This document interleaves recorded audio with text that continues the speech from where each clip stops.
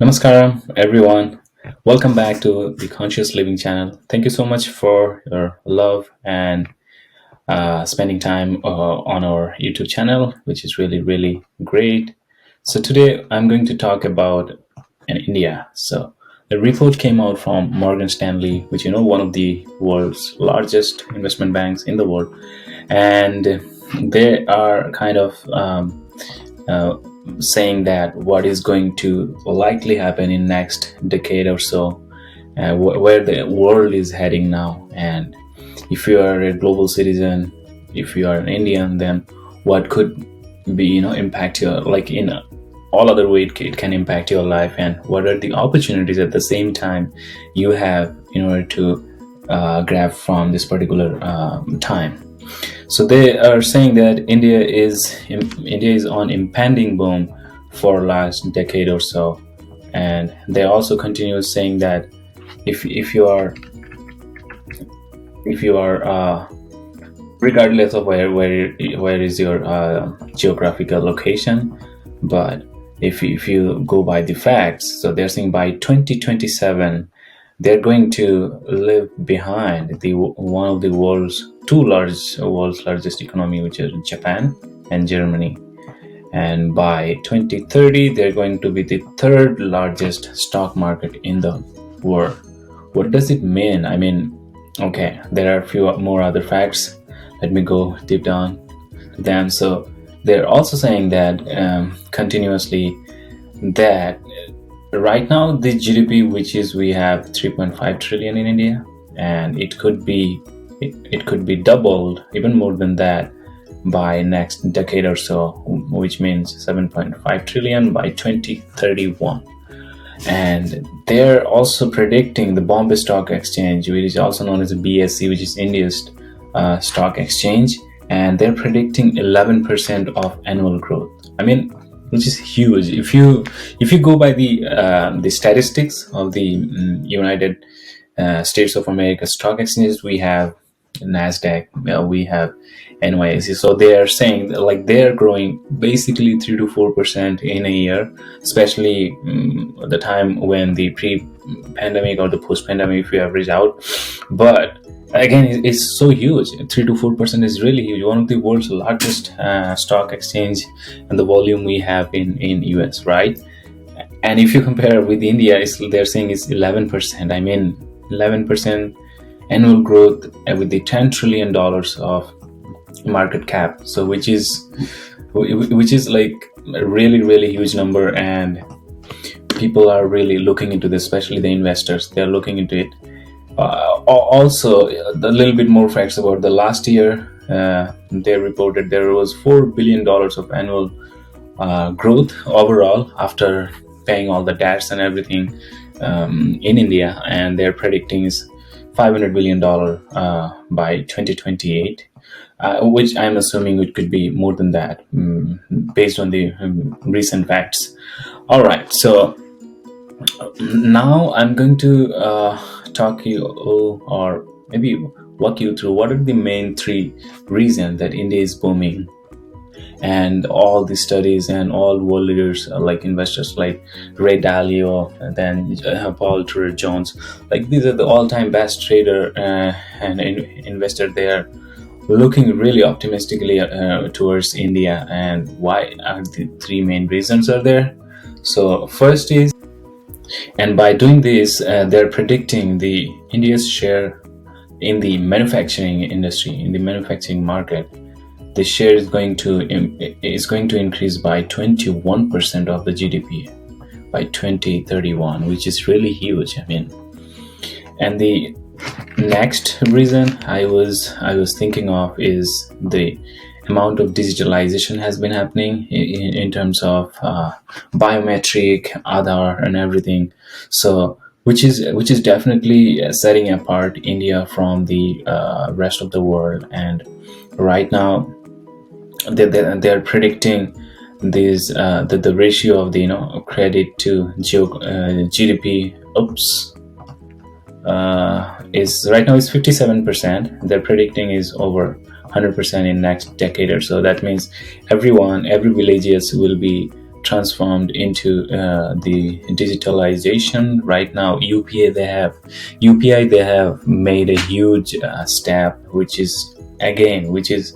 showing, giving assurance to the businesses and the big companies and investors. They're looking at really optimistically the transparency they have in terms of the transaction and the payment regulation. So here's a graph between the India's overall consumptions, and which could make it in terms of household consumption and by income. So the right now is saying this is the current graph, and if I see you, sorry, if I show you for this particular thing, which is 10,000 to 35,000 household income, which is now 24%, they're predicting is going to be double. It's going to be double, 46%. 46% in next 2031. Same, the above 35%, $35,000 yearly income is going to increase too. And yeah, and India is being a very young nation. I think average age of every Indian is 20 24 28.5 or something. So it's really young nation, so a lot more needs to be done. People are going to go to school, college, and the stuff to study. They're going to be in the market. People are getting into more digitalized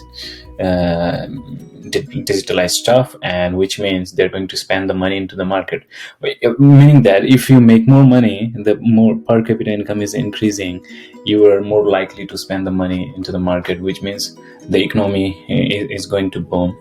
Third thing is about the energy consumption. What I earlier mentioned, that India is right now more or less is looking towards the sustainable renewable energy, meaning that right now India has provided electricity to 600,000 villages, which is a huge number, and they're pretty much transforming the rural village of India.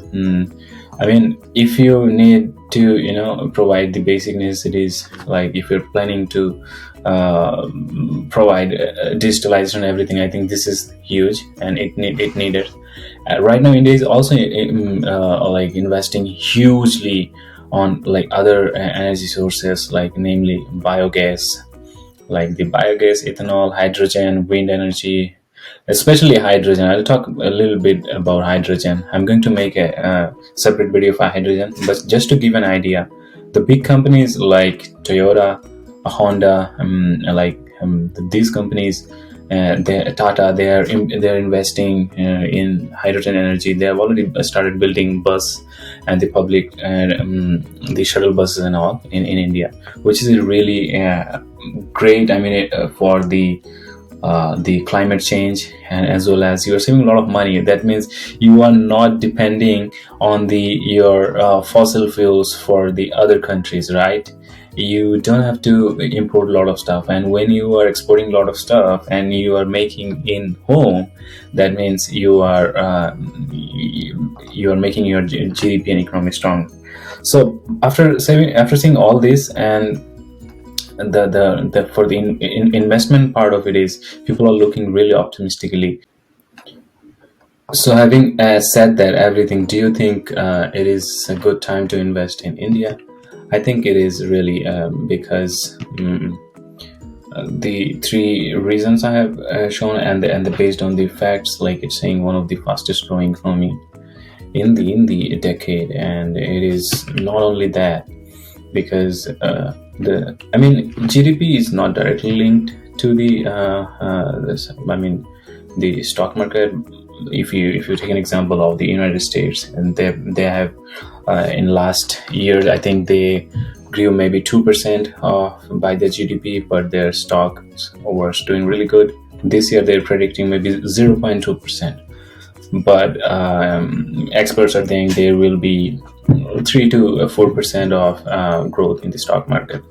And at the same time, S&P, they also made some statements and report based on the India's the stock market, and based on the commodities and the energy consumption.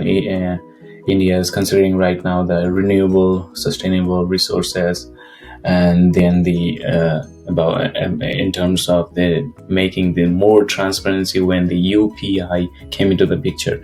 So they're predicting everything, and also the per capita income is increasing, right? For example, in this graph you can see the average. They're saying 25 million of people's their average income will be rise by 35,000 US dollars. So which is a huge. I mean. When country like India, when everything is so cheap and so affordable, I mean, yeah, few imported things are not, but most of the things as compared to the other developed nations. So it is, I think it is one of the best time, and how we can take advantage out of it. So I'll tell you about the US News .com, what they said about the Indian equity. So I think Indian equity is one of the best option. First of all, I'm not any financial advisor, so do take your financial guidance from them. Based on my experience, I'm sharing this. If you are someone who's residing outside of India and want to invest in India in this time, especially for next decade or so, I found this study says ETFs is the one of the best thing, and here they have listed the top ETFs. You can I will attach the link in the description. And also, Zach said the S&P has beaten by Indian stock market by 2022 in terms of the growth. S&P 500, they also announced recently that it is going to be a huge boom for BSE, which is India's stock market, Bombay Stock Exchange.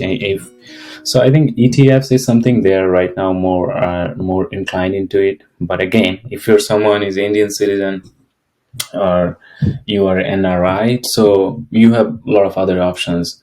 You have to do your own due diligence, do your market research, consult a financial advisor if you need. These are just guidelines what I found during my research. And if you're someone is residing outside of United States, so yeah, I think you have to do your own due diligence too before investing into India. So again, the question arises: if GDP is growing for one country, is it the thing the stock market is a stock exchange is also going to increase? It's also going to grow? Not necessarily, because as I said, the previous studies, the same thing happened in US. So I think I take it really positively, and being an Indian, I think it's a huge opportunity for many of us. And if we are able to take this advantage and do our own due diligence and do invest, probably is going to be the game changer for many of us in next decade or so. So by having said that, thank you so much for hopping in. Namaskaram. I really appreciate your time, and I'll see you next time in the next video. Bye.